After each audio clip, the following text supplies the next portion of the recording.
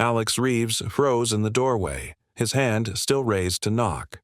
Through the window, he saw something that stopped his breath. Emma, his ex-wife, bent on all fours while her boyfriend Richard casually rested his feet on her back as if she were furniture. The millionaire's heart broke when he saw his ex-wife as a footstool of her boyfriend, but love sparked again in that terrible moment. Before we dive deep into this heartfelt story, don't forget to like and subscribe. It's free, as your support helps us create more meaningful stories for you. Enjoy the story. Time seemed to suspend as Alex watched, his throat constricting with an emotion he hadn't allowed himself to feel in over a year.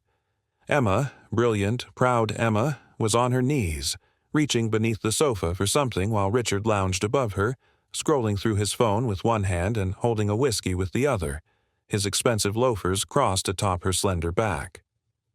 "Found it yet, babe?" Richard's voice carried through the partially open window, the casual cruelty in his tone unmistakable. "While you're down there, my shoulders are tense. Maybe you could give me a massage after?" Emma's response was muffled, but the resignation in her posture told Alex everything. This wasn't playful. This wasn't consensual. This was domination, plain and simple. A white-hot rage surged through Alex's veins, his fingers curling into fists. How had this happened? The Emma he knew, the woman he had married, would never allow anyone to treat her with such disrespect. She was a force of nature, brilliant and fierce, with a laugh that could illuminate the darkest room. The woman beneath Richard's feet was a ghost of that person. What did I miss? When did she become this? The questions rattled in his mind as he forced himself to step back from the window, suddenly aware that he was spying. He had come only to pick up Ethan, their 5-year-old son, for their weekend together. A simple custody exchange, nothing more. But everything had changed in those few seconds. Alex retreated to his Tesla parked in the driveway, sliding into the driver's seat with unsteady hands. The leather interior, usually a comfort, felt cold against his skin. The dashboard clock read 5:47 p.m. He was early, 13 minutes early to be precise. Alex was always precise. It was part of what had made him a tech mogul at 35. Precision, control, efficiency. It was also what had cost him his marriage. The memories washed over him as he sat there, staring at the modest suburban home that Emma had chosen after their divorce. Not the sprawling mansion they had shared, not even a luxury condo downtown, but this ordinary house. At the time, he had wondered if it was a deliberate slight, Emma's way of rejecting everything associated with him and their life together. Now, watching the shadow of Richard move past the living room window, he wondered if there had been more to her choice. "Daddy!" The voice cut through his reverie as the front door flew open and Ethan bounded down the walkway, a blur of energy with his mother's golden curls and Alex's sharp green eyes. Behind him, Emma appeared in the doorway, her face composed into a polite mask that revealed nothing of what Alex had witnessed minutes earlier. Alex forced a smile, climbing out of the car to meet his son with open arms. "Hey, buddy. Ready for our weekend?" He swung Ethan up, marveling as always at how much the boy seemed to grow between visits. "I packed my dinosaur books and my space rocket, and Mom said we could make cookies for the bake sale if you want to," Ethan rattled off, arms wrapped tightly around Alex's neck. Over his son's shoulder, Alex's eyes met Emma's. She approached with Ethan's overnight bag, her movements careful, deliberate. Up close he could see what the window had hidden, the shadows beneath her eyes, the careful application of makeup that couldn't quite conceal the pallor of her skin, the way she held herself as if anticipating a blow. "He's had dinner already," she said, her voice neutral, professional, the voice of a business transaction, not former lovers. "But he might want a snack before bed. There's a new stuffed animal in there, too, a stegosaurus. He's been sleeping with it all week." Alex nodded, accepting the bag with his free arm while still holding Ethan. "Thanks, I'll have him back Sunday at 6, as usual." A flicker of something, worry, relief, crossed Emma's face. "Actually, if you could bring him back at 5 instead. Richard has tickets to a show in the city and—" She trailed off, glancing back at the house. And, just like that, Richard appeared in the doorway, his tall frame lounging against the jamb with casual dominance. He lifted a hand in a lazy wave. "Hey there, tech genius. Taking the little man for another weekend of spoiling him rotten?" The fake joviality in Richard's voice made Alex's jaw tighten. He had met the man precisely 3 times before, and each encounter had left him with the impression of a charlatan, all surface charm with something cold lurking beneath. Now, seeing how he treated Emma in private, those instincts screamed validation. "Just quality time," Alex replied evenly, shifting Ethan to his hip. "And sure, Emma, 5 on Sunday works fine." Emma's shoulders sagged with a relief that broke something inside Alex's chest. When had she become afraid? When had the woman who once stood toe-to-toe with boardroom executives, who had challenged Alex himself on his most bull-headed days, become this person who flinched at the prospect of inconveniencing her boyfriend? "Bye, Mommy," Ethan called, blowing kisses as Alex carried him to the car. "Be good for your dad, sweetheart," Emma called back, her smile genuine when directed at their son. "I love you to the moon." And back again. Ethan finished their ritual with a giggle. As Alex secured Ethan in his booster seat, his mind raced. Something was deeply wrong in that house. The Emma he had divorced, yes, the one he had neglected with his 60-hour work weeks and midnight conference calls, had been injured but still whole. This Emma was diminished somehow, faded, as if someone had been systematically dimming her light. And suddenly, with a clarity that stunned him, Alex realized 2 things simultaneously. Emma was in trouble, and despite everything, despite the divorce papers, despite the year of carefully cordial co-parenting, he was still deeply, irrevocably in love with her. The revelation struck him with physical force as he slid back into the driver's seat, his hands gripping the steering wheel until his knuckles whitened. How had he not seen it? How had he dismissed their separation as just another failed business venture, something to be settled with lawyers and asset divisions? In the rearview mirror, he watched Emma and Richard retreat into the house, Richard's hand possessively at the small of her back. Something proprietary in the gesture made Alex's stomach turn. "Daddy, can we get ice cream?" Ethan's innocent question pulled him back to the present. Alex met his son's eyes in the mirror, those eyes so like his own, and made a silent vow. "Sure, buddy. Ice cream sounds perfect. And hey, how about you tell me more about what you and Mommy and Richard have been doing lately?" As he pulled away from the curb, Alex Reeves, tech mogul, workaholic, and man who had once valued efficiency over emotion, felt something fundamental shift inside him. He had lost Emma once through his own neglect. He would not stand by and lose her again to whatever game Richard was playing. The question was, after everything that had happened between them, would she even accept his help? "So then, Richard taught me how to throw a football, but I like baseball better," Ethan chattered between spoonfuls of chocolate ice cream, his face smeared with evidence of his enjoyment. "He says baseball is boring, though." Alex nodded, carefully filing away each detail his son shared.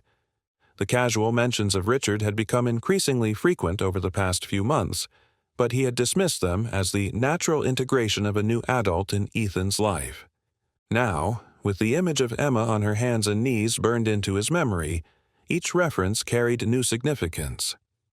"Does Richard spend a lot of time with you and Mommy?" Alex asked, keeping his tone light as he wiped a smudge of chocolate from Ethan's chin. Ethan nodded enthusiastically. "He lives with us now. He has the biggest room with Mommy, and he said soon we might move to an even bigger house because our house is too small for a man like him." The boy's impression of Richard's deep voice was startlingly accurate, down to the subtle condescension. Alex's spoon froze halfway to his mouth. "You might move? Did Mommy mention where?" Richard says maybe to another state where it's warmer. He doesn't like the winter here. Ethan shrugged, his attention already shifting. Can we go to the Science Museum tomorrow? They have a new dinosaur exhibit. Another state. The implications hit Alex like a physical blow. Their custody arrangement was already stretched by his demanding schedule. If Emma moved Ethan to another state? The thought was unbearable. Sure, buddy. The Science Museum sounds perfect. Alex forced a smile, his mind racing. Hey, does Richard make Mommy happy? Ethan's face scrunched in the way it always did when he was considering a complicated question. Sometimes she smiles when he gives her presents, but she cries in the bathroom a lot. I heard her when I was supposed to be sleeping. He lowered his voice to a conspiratorial whisper. I think she misses you, Daddy. She looks at old pictures sometimes when Richard isn't home. The revelation sent a surge of conflicting emotions through Alex. Hope, guilt, and a renewed sense of urgency. Emma was unhappy, possibly trapped in a controlling relationship, and now there was talk of moving across the country. The situation was worse than he had initially assessed. Thanks for telling me, Ethan. Alex reached across the table to ruffle his son's curls. It's important that you always tell me if you're worried about Mommy, okay? That's what daddies are for. We protect our family. But we're not a family anymore, Ethan said with the brutal honesty of childhood. Richard says he's my new dad now. Alex felt the words like a knife between his ribs. No matter what happens, I will always be your dad, he said firmly. Nothing and no one can ever change that. Not ever. Later that night, after Ethan had fallen asleep surrounded by dinosaur plushies in the guest room that Alex had decorated specifically for him, Alex sat in his home office staring at his phone. The penthouse apartment felt cavernous and empty as it always did. The minimalist design that had once seemed sophisticated, now just cold. On his screen was Emma's contact information, his thumb hovering over the call button. What would he even say? I saw Richard using you as furniture, and I've suddenly realized I never stopped loving you. It sounded absurd even in his head. Instead, he opened his laptop and did what he did best: research. Tech innovation had made Alex Reeves a millionaire by 30, and he approached the problem of Richard with the same methodical intensity he brought to product development. Richard Cooper, 42 years old, financial advisor with an impressive client list, Stanford Business School graduate, member of 3 exclusive clubs, impeccable social media presence filled with charity galas and vacation photos. On paper, he was successful, charming, established, exactly the kind of man who might appeal to Emma after her marriage to a workaholic had failed. But something didn't add up. Alex dug deeper, bypassing the surface-level information and searching through archived news stories, court records, and business registrations. It took hours, his eyes burning from the screen's glare as midnight came and went, but finally he found the first thread that unraveled Richard Cooper's carefully constructed image. Richard Cooper had legally changed his name 5 years ago. He had previously been Richard Castellano, and under that name, there were 3 separate restraining orders filed by ex-girlfriends. No criminal charges had stuck, but the pattern was clear. And, more disturbing still, all 3 women had been wealthy divorcees with young children. Son of a bitch, Alex muttered, leaning back in his chair as the pieces clicked into place. This wasn't a coincidence. Richard, or whatever his real name was a predator with a very specific type.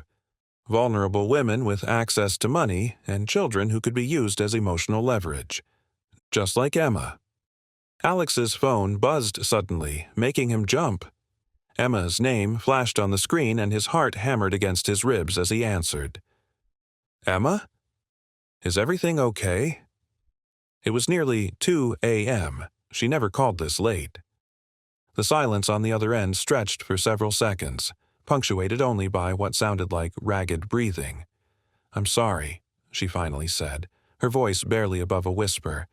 I shouldn't have called. It's nothing. Emma. Alex kept his voice steady despite the alarm bells ringing in his head. "Talk to me. What's going on?" Another long pause. I just wanted to check if Ethan remembered his allergy medication. He needs it first thing in the morning." Her voice was controlled now, too controlled. "He has it. I made sure." Alex stood, pacing the length of his office. "Are you sure that's all? You don't sound like yourself." "I'm fine. Really." The forced cheerfulness in her tone was painful to hear. "I should go. Richard is... it's late. I'll see you Sunday." "Wait." But the line was already dead. Alex stared at his phone, cold dread settling in his stomach. Something had happened tonight, something that had driven Emma to call him at 2 a.m. with a transparent excuse about medication. His mind conjured images of raised voices, of threats, of Emma cowering while Richard loomed over her. He almost grabbed his keys then and there, ready to drive to her house and... What? Confront Richard? Force Emma to leave with him? She had made her choice a year ago when she'd asked for the divorce. She had chosen this life without him. Except she hadn't chosen Richard. Not the real Richard. She had been manipulated by a man with a history of targeting women exactly like her. Alex sank back into his chair, his reflection pale in the dark window overlooking the city. He couldn't storm in like some white knight. That approach would only push Emma further away and potentially put her and Ethan at greater risk if Richard felt cornered. No, he needed a strategy. Carefully calculated moves that would expose Richard without endangering his family. Because despite the divorce papers and the separate houses and the year of painful distance, Emma and Ethan were still his family. They would always be his family. As dawn broke over the city skyline, casting long shadows across his office floor, Alex Reeves made a silent vow. He had built a tech empire from nothing, transforming an idea into a billion-dollar reality through sheer determination and strategic brilliance. Now, he would use those same skills to save the woman he had never stopped loving and the child who was his whole world. Richard Cooper had no idea who he was up against. The weekend with Ethan passed too quickly. Between the dinosaur exhibit at the Science Museum, building a rocket model, and baking cookies for the school bake sale, Alex barely had time to formulate his approach to the Emma situation. But as they drove back toward Emma's house on Sunday afternoon, his mind was clear. The plan was simple. Re-establish communication with Emma under the guise of co-parenting concerns, gather more information about Richard without arousing suspicion, and find a way to show Emma who she was really involved with. "Will you come to my soccer game next Saturday, Daddy?" Ethan asked from the back seat, his feet swinging rhythmically against the booster. "Richard says he'll coach our team, but I want you to see me play too." "Absolutely. I wouldn't miss it." Alex caught his son's smile in the rearview mirror, his heart squeezing. "I'll talk to your mom about it today."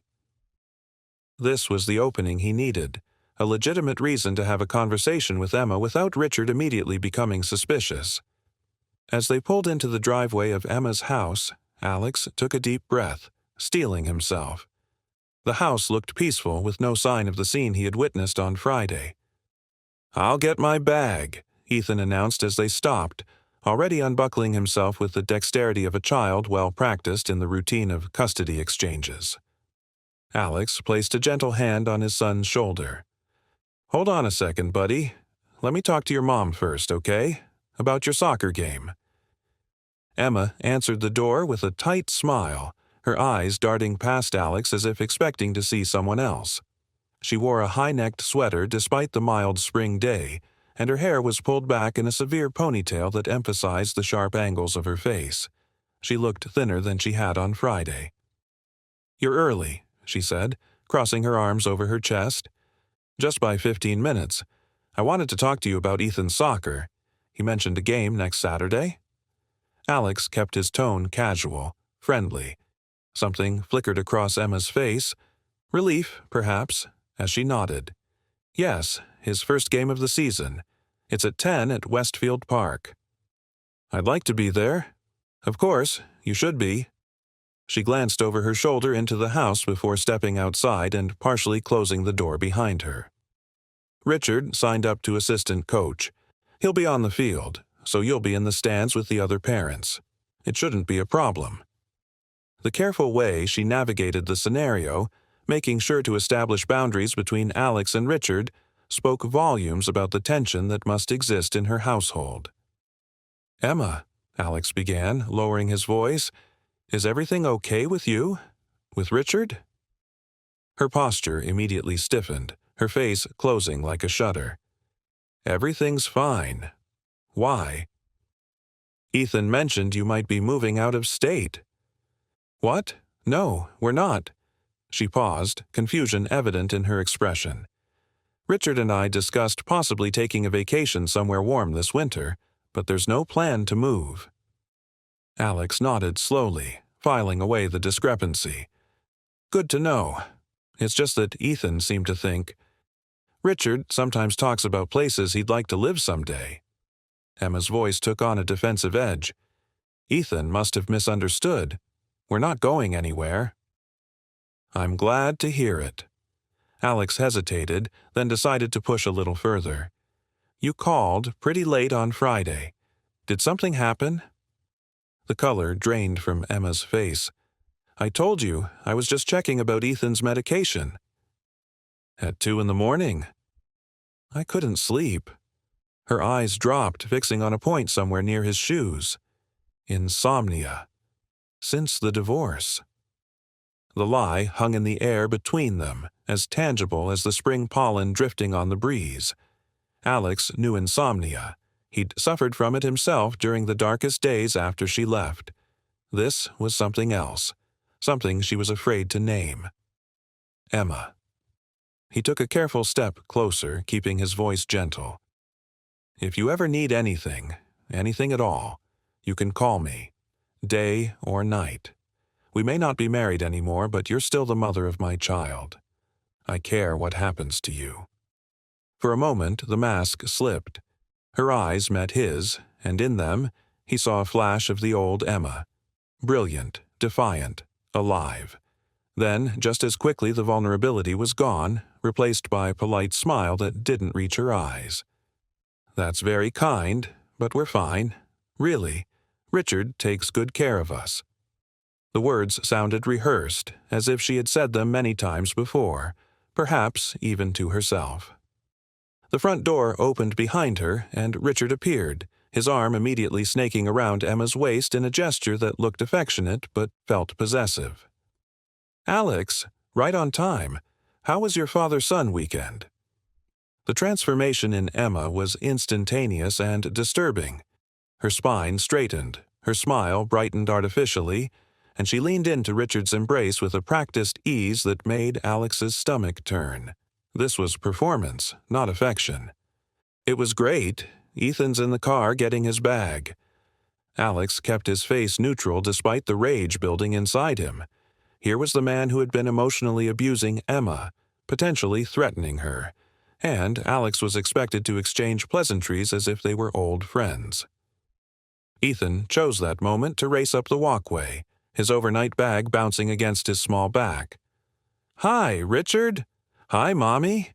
We made cookies and went to the Science Museum and saw real dinosaur bones." Richard ruffled Ethan's hair with his free hand, his smile not quite reaching his eyes. "Sounds exciting, champ. Why don't you run inside and wash up? I rented that space movie you wanted to watch." "Star Warriors 3? Ethan's eyes widened with excitement. "The very one. Go on now." As Ethan darted past them into the house, Alex caught the briefest exchange of glances between Emma and Richard. Emma's questioning, Richard's warning. Something unspoken but understood passed between them, and Emma's shoulders slumped almost imperceptibly. "Well, I should let you get on with your evening." Alex forced the words past the tightness in his throat. "I'll see you at the soccer game on Saturday." Richard's smile tightened. "You know, Alex, I've been meaning to have a chat with you, man to man." His arm tightened around Emma's waist.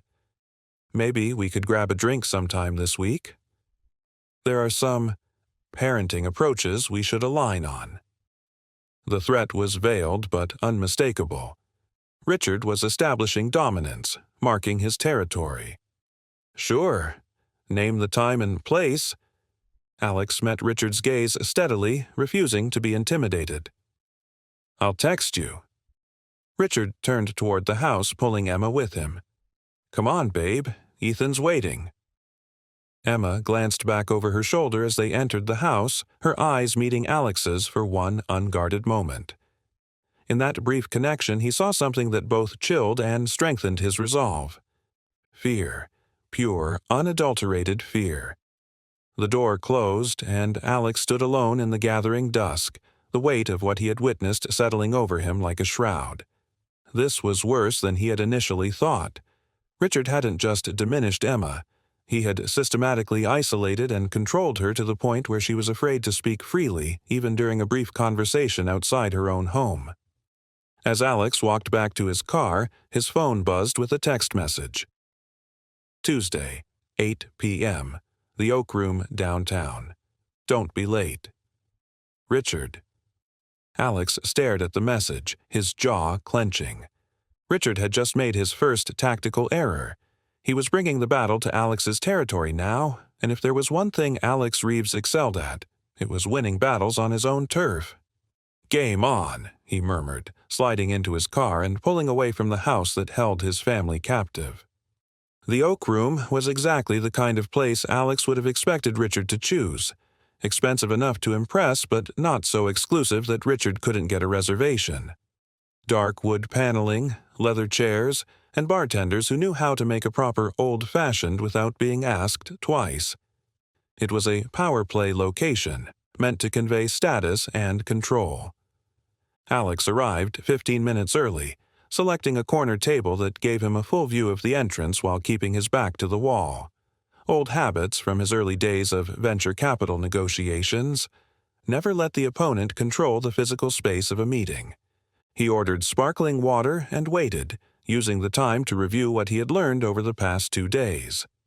His private investigator had been thorough, if expensive, delivering a comprehensive dossier on Richard Cooper, formerly Richard Castellano, and before that, Ricardo Castellanos. 3 identities, 3 states, 3 separate patterns of targeting wealthy divorcees with young children. The restraining orders had been just the tip of the iceberg. There were financial irregularities, too, unexplained withdrawals from joint accounts, investment opportunities that mysteriously evaporated, and in one case an entire college fund that disappeared shortly before Richard did. Most disturbing was the psychological profile that emerged. Richard was textbook. Charm followed by isolation, financial control, emotional manipulation, and eventually, when his victims were thoroughly entrapped, abandonment with as much of their money as he could legally or illegally access. Emma was somewhere in the middle stages of the pattern, isolated from friends and family, emotionally dependent, but not yet financially entangled enough for Richard to make his final move. At least that's what Alex hoped. Planning a hostile takeover? Richard's voice cut through Alex's thoughts. Alex looked up to find Richard standing over him, impeccably dressed in a tailored suit that probably cost more than most people's monthly rent. He gestured to the seat across from him. Just reviewing some notes? Have a seat. Richard slid into the chair with the easy confidence of a man accustomed to getting his way. He signaled the waiter without looking, ordering a 25-year-old Scotch neat before turning his attention back to Alex. So, the tech genius wants to talk parenting. I have to admit, I'm curious what wisdom Silicon Valley has to offer on raising kids. The condescension was deliberate, a small jab designed to establish dominance from the outset. Alex had encountered men like Richard throughout his career, sharks who mistook arrogance for power. Actually, Alex said, keeping his tone neutral, I wanted to talk about Emma. Something flashed in Richard's eyes, surprise quickly masked by irritation. Emma? What about her? She seems different lately, I'm concerned." Richard laughed, though the sound held no humor. "Concerned. That's rich coming from the man who neglected her for years. She told me all about your marriage, the missed anniversaries, the canceled vacations, the nights you spent with your computers instead of your wife." Each word was a carefully aimed arrow, hitting vulnerabilities Alex couldn't deny. He had been a workaholic during their marriage. He had prioritized his company over his family. These were facts he had confronted painfully in the year since their divorce. "You're right," Alex admitted, surprising Richard into momentary silence. "I failed as a husband in many ways. That's on me, and I'll always regret it." Richard's scotch arrived, and he took a measured sip, studying Alex over the rim of his glass. "Well, isn't this touching? The prodigal husband's awakening. What exactly is your concern about Emma?" "She's not herself. She's isolated, anxious, and according to Ethan, she cries when she thinks no one is listening." Richard's face hardened. "Kids exaggerate. Emma is happier than she's ever been. We're building a life together. A real life, not one where she plays second fiddle to quarterly earnings reports." "And this real life includes moving to another state? Away from her job, her friends, her support system?" "Ah," Richard smiled thinly. "So that's what this is about. You're worried about your custody arrangement if we move." Alex kept his expression neutral, though internally he celebrated the small victory. Richard hadn't denied the plan to move.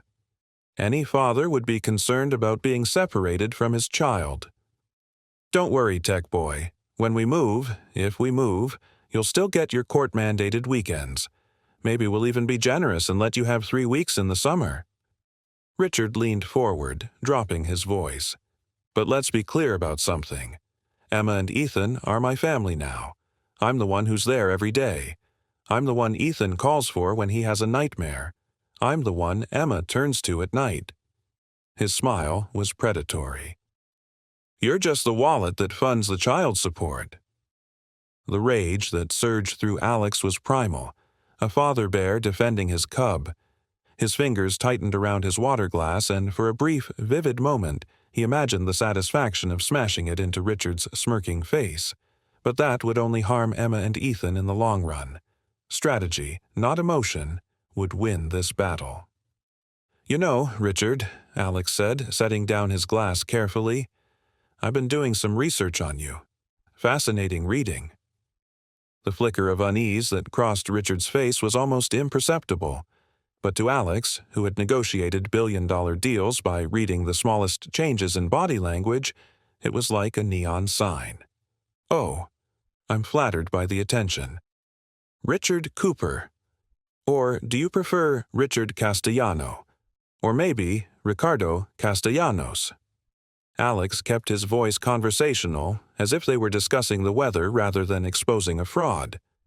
3 names, 3 states, 3 patterns of targeting vulnerable women with money and children. Richard's face drained of color before flushing with anger. "You've been investigating me? Who the hell do you think you are?" "I'm a father protecting his son, and I'm a man who still cares deeply about his ex-wife, even if I failed her as a husband." Alex slid a folder across the table. "It's all here. The restraining orders, the financial scams, the disappeared college funds. Would Emma be interested in reading this, do you think? Or perhaps the police?" Richard's hand shot out, grabbing Alex's wrist with bruising force. "Listen to me very carefully," he hissed, all pretense of civility gone. "If you breathe a word of this to Emma, if you try to come between us, I will make sure you never see your son again. I have ways of making things happen, accidents that can't be traced back to me. Do you understand what I'm saying?" The threat hung in the air between them, raw and unambiguous. Alex looked down at Richard's hand on his wrist, then back up to meet his gaze without flinching. "I understand perfectly. You've just threatened the life of my child. That was your second mistake." "And what was my first?" Richard sneered, releasing Alex's wrist. "Underestimating how far I'll go to protect my family." Alex stood, straightening his jacket with deliberate calmness. Enjoy your scotch, Richard. It might be the last one you drink as a free man." As Alex walked away, his mind was already racing through contingencies. Richard was more dangerous than he had anticipated, the threat against Ethan changing everything. He couldn't go to Emma directly now, not without putting her and Ethan at greater risk. Richard had shown his true colors, revealing himself as someone capable of violence when cornered. Alex pulled out his phone as he reached his car, dialing a number he hadn't used in years. "Mira, it's Alex Reeves. I need your help. It's about Emma." Mira Wilson had been Emma's best friend since college, before Alex's workaholic tendencies had driven a wedge between Emma and her social circle. If anyone could reach Emma without triggering Richard's suspicions, it would be Mira. As he drove home through the rain-slicked streets, Alex's resolve hardened into something unbreakable.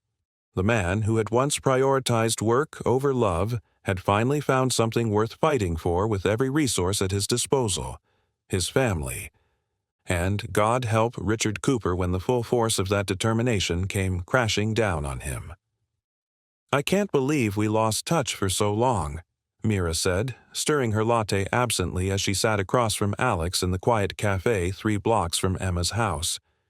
"She was my best friend for 15 years, and then suddenly, nothing." Her calls got shorter, her texts more infrequent. Then they stopped altogether. Alex nodded, guilt washing over him. "I know. The same thing happened with her family. Her sister Beth called me last month, practically in tears because Emma missed their mother's 70th birthday." "That doesn't sound like Emma at all." Mira's dark eyes narrowed with concern.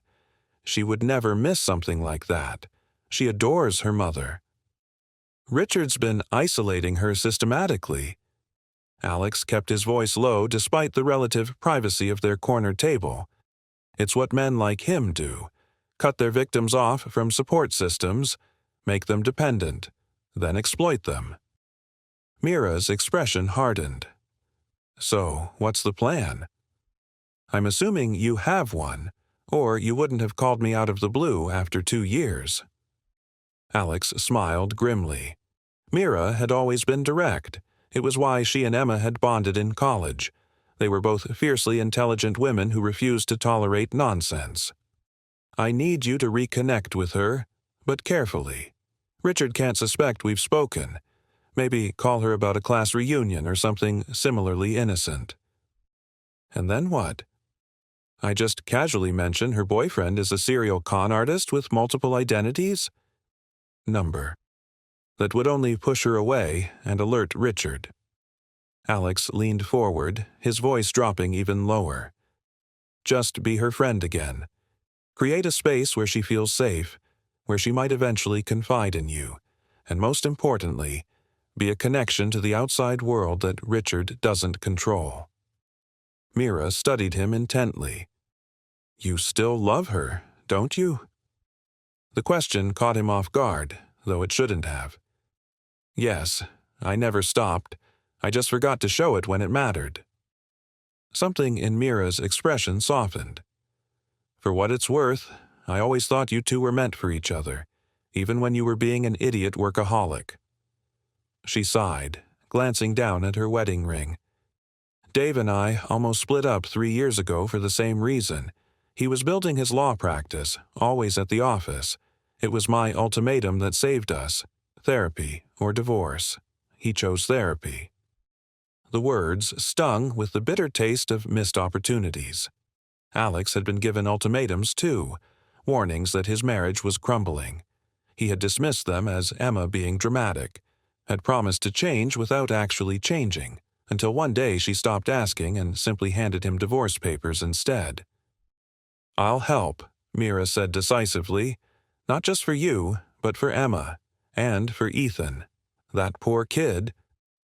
"Thank you."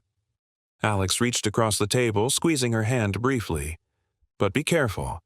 Richard threatened Ethan when I confronted him. He's dangerous." Mira's eyes widened. "He threatened a child?" "Your child?"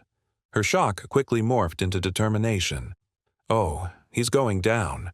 No one threatens a child on my watch." The fierce protectiveness in her voice reminded Alex painfully of Emma, the Emma from before, who would have moved heaven and earth to protect those she loved.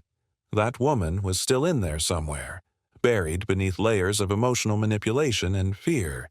They just had to help her find her way back to herself. "One more thing," Alex said as they prepared to leave. "Emma mentioned Richard signed up to assistant coach Ethan's soccer team. The first game is Saturday morning. It might be a good coincidence if you happen to be there." Mira smiled, a glint of mischief in her eyes. "What do you know?" "I suddenly have a burning interest in children's soccer." Saturday morning dawned clear and cool, perfect weather for Ethan's first soccer game. Alex arrived early, setting up his folding chair on the sidelines with a clear view of the field. He watched as parents gradually filled in around him, the familiar weekend routine of youth sports playing out with coffee thermoses and smartphones ready to capture every moment. His breath caught when he spotted Emma walking across the field, Ethan bouncing excitedly beside her in his blue and white uniform. Richard walked a step behind them, carrying a clipboard and wearing an assistant coach vest that seemed at odds with his usual polished appearance. Alex didn't miss the possessive hand he kept at the small of Emma's back, or the way Emma's smile looked fragile, like glass about to shatter. "Daddy!" Ethan broke away from his mother, racing toward Alex with arms outstretched. Alex caught him in a hug, lifting him off the ground. "Hey, champ, ready for your big game?" "Super ready. Richard showed me some special moves. He says I might be the best player on the team." Ethan was practically vibrating with excitement. "I bet you will be." Alex set him down, conscious of Emma and Richard approaching. "Your mom and I will be cheering for you." "Actually," Richard cut in smoothly, "Emma will be helping me with the team.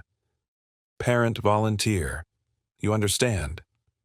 The challenge in his eyes was unmistakable. Before Alex could respond, a familiar voice called out from behind him. "Emma Collins! Is that you?" Emma turned, her expression shifting from controlled neutrality to genuine surprise. "Mira! Oh my God, what are you doing here?" Mira approached with a bright smile, wrapping Emma in a hug before Richard could intervene. "Dave's nephew just joined the league. I promised my sister-in-law I'd come watch while she's out of town." She held Emma at arm's length, examining her with transparent affection. "You look amazing. It's been way too long." The transformation in Emma was immediate and heartbreaking.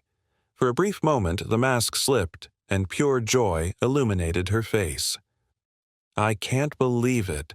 I've missed you so much." Richard cleared his throat, stepping closer to Emma with a smile that didn't reach his eyes. "Honey, aren't you going to introduce me to your friend?" Something in Emma's posture changed, a subtle withdrawal, a dimming of the light that had briefly flared. "Of course, Richard, this is Mira Wilson. We were roommates in college. Mira, this is my boyfriend, Richard Cooper." Mira shook his hand with a warmth that Alex knew was entirely fabricated. "So nice to meet you. Emma and I have so much catching up to do. Maybe we could grab coffee after the game?" Richard's smile tightened almost imperceptibly. "Unfortunately, we have plans this afternoon. Perhaps another time." "Oh." Mira looked disappointed but recovered quickly. "Well, at least give me your number so we can schedule something. The girls from the old crew have been trying to plan a reunion dinner for ages." Before Richard could object, Emma quickly rattled off her phone number, a hint of defiance in her eyes that made Alex's heart soar. It was the first crack in Richard's careful control. A small one, but significant. "We should get the team warmed up," Richard said to Emma, his tone pleasant but his grip on her arm visibly tightening. "Nice meeting you, Mira." As they walked away, Ethan trailing behind them to join his teammates, Mira slid into the chair next to Alex. "Well, that was illuminating." "What do you think?" Alex kept his voice low, his eyes following Emma across the field. "I think you're right. He's controlling, isolating, and Emma is walking on eggshells around him. Mira's expression was grim. "Did you see how she lit up when she saw me? That's the real Emma, the one he's been smothering. And did you notice she gave me her number without hesitating? She's not completely under his thumb yet." Hope flared in Alex's chest, tempered by caution. "Be careful when you call her. He probably monitors her phone." "I know. I'll be subtle." Mira's gaze shifted to Ethan, now running drills with the other children while Richard barked instructions. He's got his claws in Ethan too, doesn't he? All that special moves business, setting himself up as the hero coach. Classic predator behavior. He's ensuring Ethan is emotionally dependent on him, which gives him leverage over Emma. Alex's hands clenched involuntarily. The bastard is playing the long game. The referee's whistle signaled the start of the game, and they fell silent, watching as the children took their positions. Ethan played midfielder, his small face serious with concentration as he navigated the field with surprising skill for a 5-year-old. Alex found his attention divided, half on his son's game, half on Emma standing on the sidelines beside Richard. The careful distance she maintained between them, despite his attempts to stand closer. The way her smile appeared on cue whenever Richard glanced at her. The anxious dart of her eyes toward Ethan every few seconds, as if making sure he was still safe.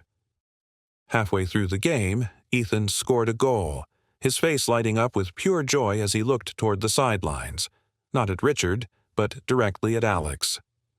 "Daddy, did you see? Did you see?" "I saw, buddy. Amazing goal," Alex called back, his chest swelling with pride. Richard's expression darkened momentarily before he smoothed it away, clapping with exaggerated enthusiasm. "Great job, champ. Just like I showed you." The moment crystallized something for Alex. The understanding that despite Richard's manipulation, despite the emotional leverage he wielded, the bond between Alex and his son remained unbroken. And, perhaps, the same was true for the connection between Alex and Emma. Damaged but not destroyed. Buried but not gone. As the children celebrated their narrow victory after the game, Alex watched Emma surreptitiously check her phone, a small smile touching her lips as she read something on the screen. Across the field, Mira slipped her own phone back into her pocket with a subtle nod in Alex's direction. The first move had been made. The game was changing. And for the first time since he had witnessed that terrible scene through Emma's window, Alex allowed himself to believe they might actually win. The next 2 weeks passed in a careful dance of strategic moves and counter-moves.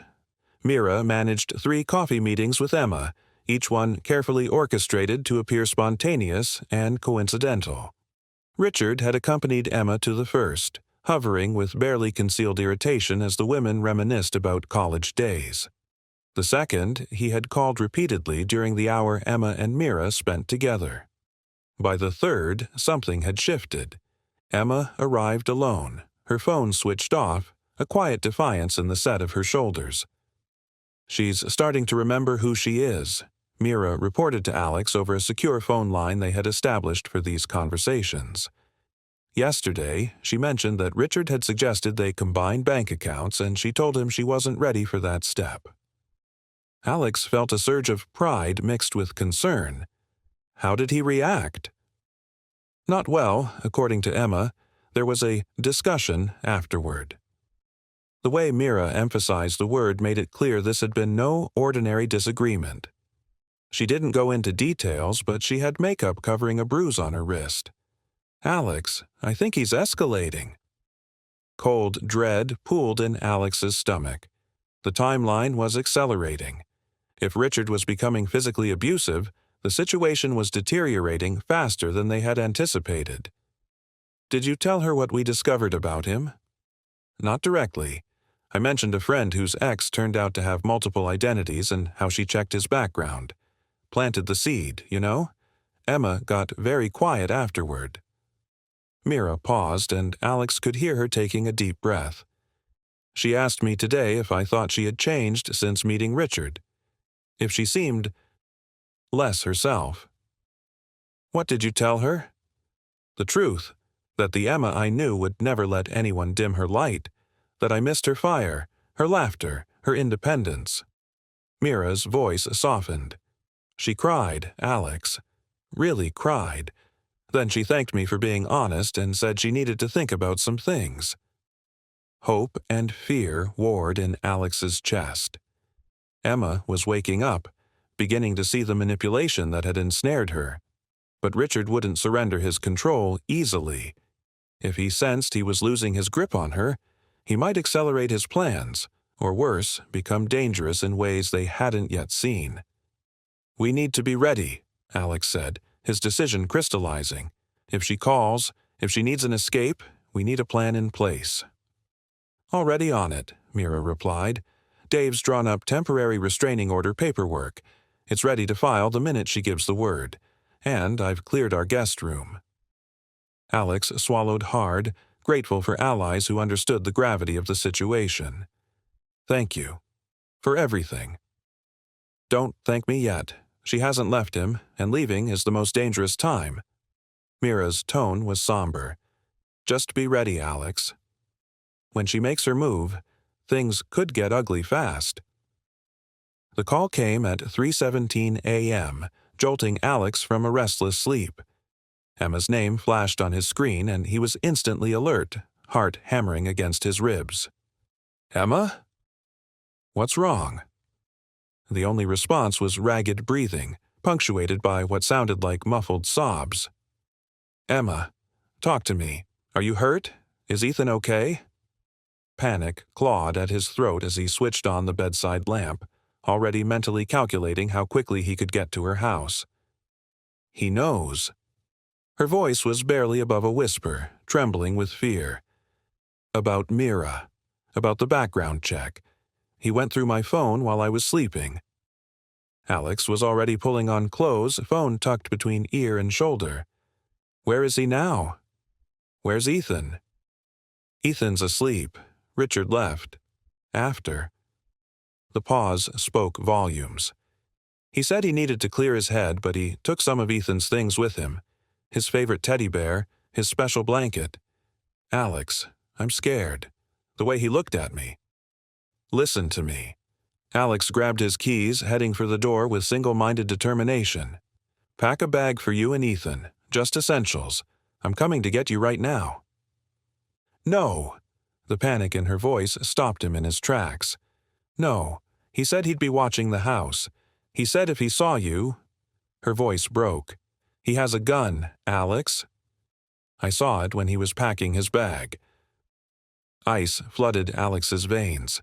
The situation had escalated beyond their worst-case scenarios. Okay. Is there someone else who could pick you up? Mira, your sister. He knows about Mira.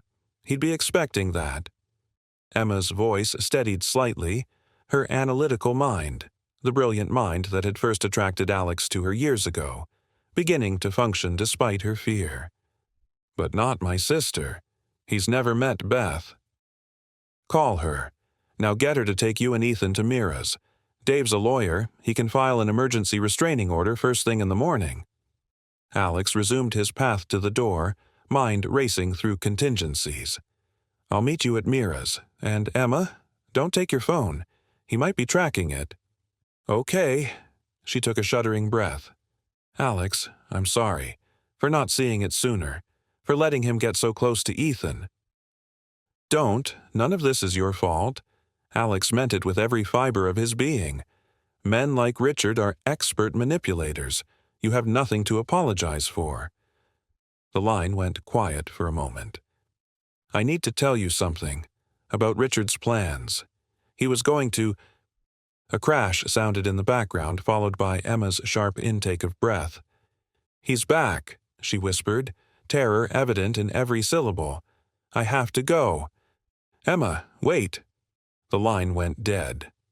Alex stood frozen for 3 heartbeats, scenarios spinning through his mind, each more horrifying than the last. Then training kicked in, the same focused determination that had built his company from nothing. He dialed 911 with one hand while using his other to pull up Emma's address on his car's navigation system. 911. What's your emergency? I need police at 1742 Oakwood Drive immediately. My ex-wife and 5-year-old son are in danger from an armed man. Alex's voice was steady despite the fear churning in his gut. The man's name is Richard Cooper, also known as Richard Castellano. He has a gun and has made threats against my family. As he raced through the dark streets toward Emma's house, Alex made 2 more calls, one to Mira, alerting her to the situation, and one to his head of security, a former military specialist named Jackson who had protected Alex through multiple high-stakes international business deals. I need you at this address now, Alex told Jackson, reciting Emma's house number. Family emergency. Potentially armed hostile. I'll be there in 7 minutes. On my way, boss, Jackson replied without hesitation. I'm bringing Travis. Alex's hands tightened on the steering wheel as he pushed the Tesla to its limits, eating up the distance between his downtown penthouse and Emma's suburban home. In the distance, he could already hear the wail of police sirens. Heading, he prayed, toward Emma. Hold on, he thought desperately, as if Emma could somehow hear him across the miles. Just hold on, I'm coming. The night air was cool against his face as he raced toward the woman he loved and the son who was his whole world, determination hardening into something unbreakable within him. He had failed them once through neglect and indifference. He would not fail them again. Not when their lives depended on it. The street was eerily quiet when Alex pulled up 2 houses away from Emma's, killing his headlights as he approached. No police cars yet, no flashing lights. Just ordinary suburban darkness broken only by the occasional street lamp. He spotted Jackson's black SUV parked discreetly at the corner, and his security team gave him a subtle nod as he approached on foot. Situation? Alex whispered, adrenaline making his heart pound in his ears.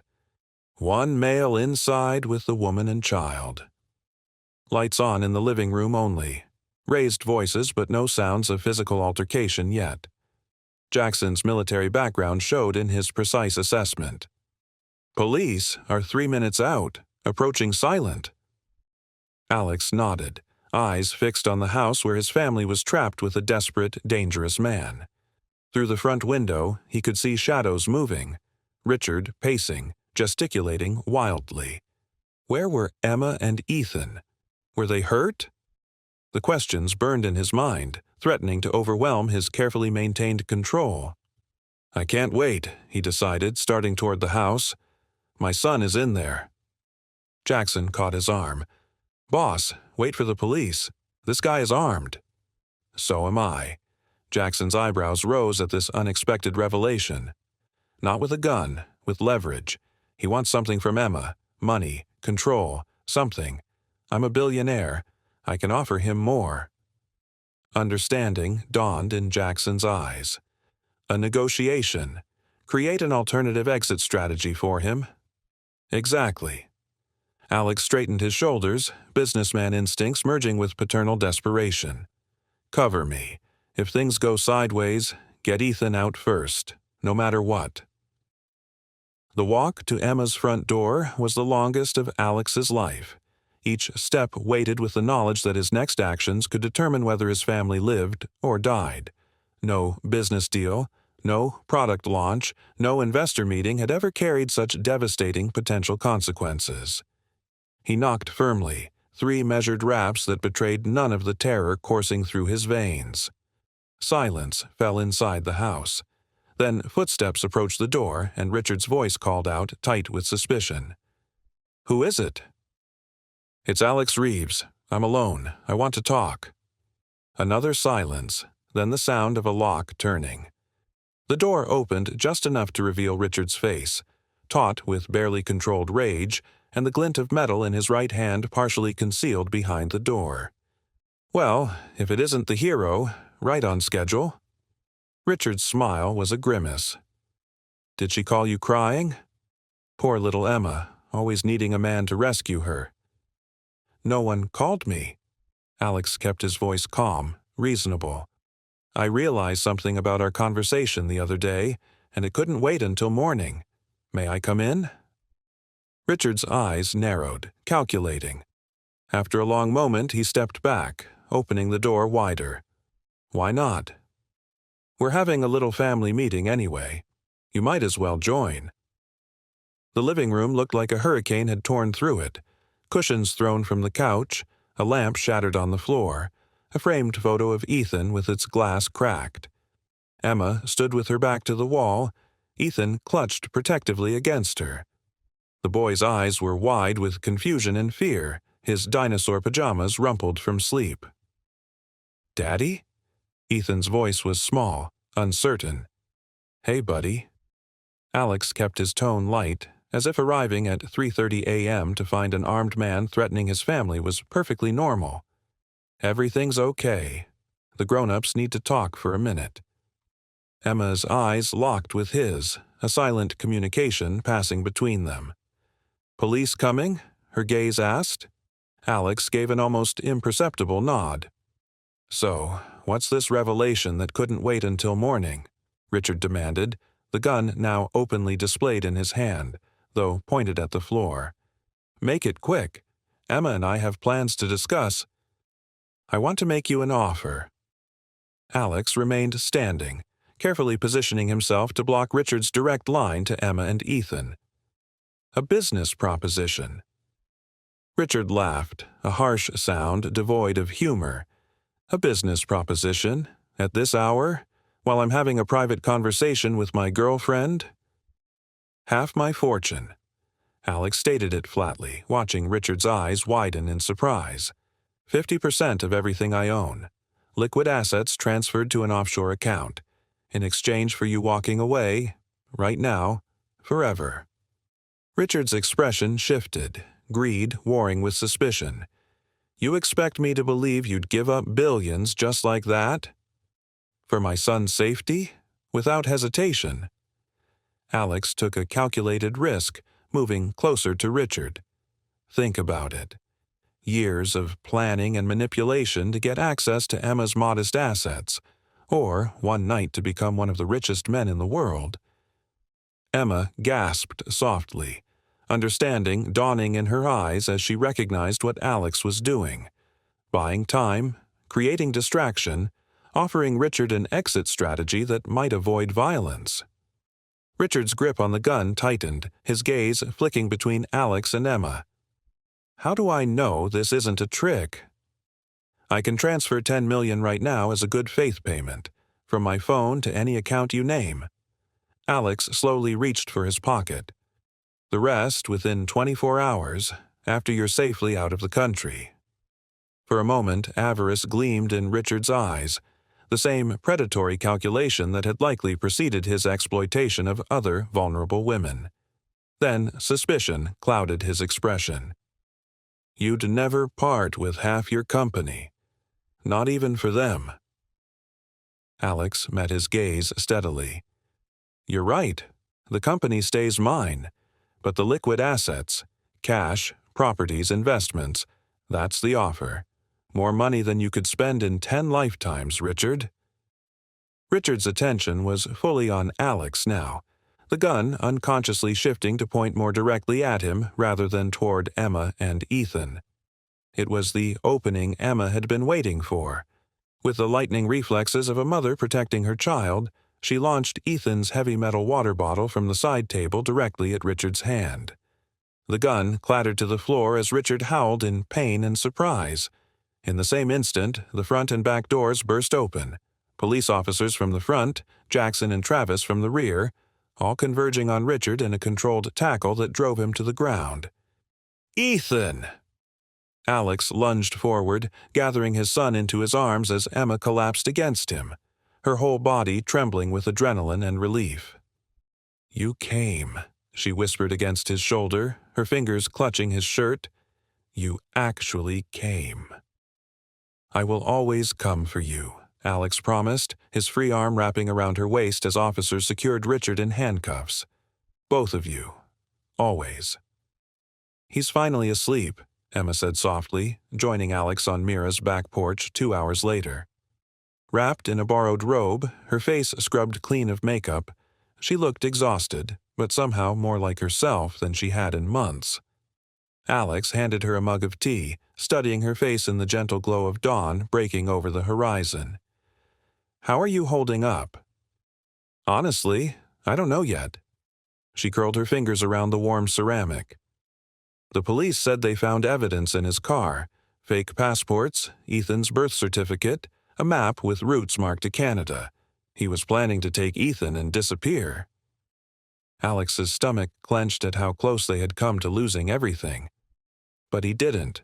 You stopped him. You fought back." A small, sad smile touched Emma's lips. "I remembered who I was, who I am." Her gaze lifted to meet his. "Thank you for seeing it before I did, for not giving up on me." "I gave up once. Never again." Alex hesitated, then reached across the space between them to take her hand. "Emma, I know we can't just go back to how things were.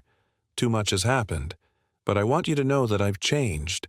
The company, my priorities, everything."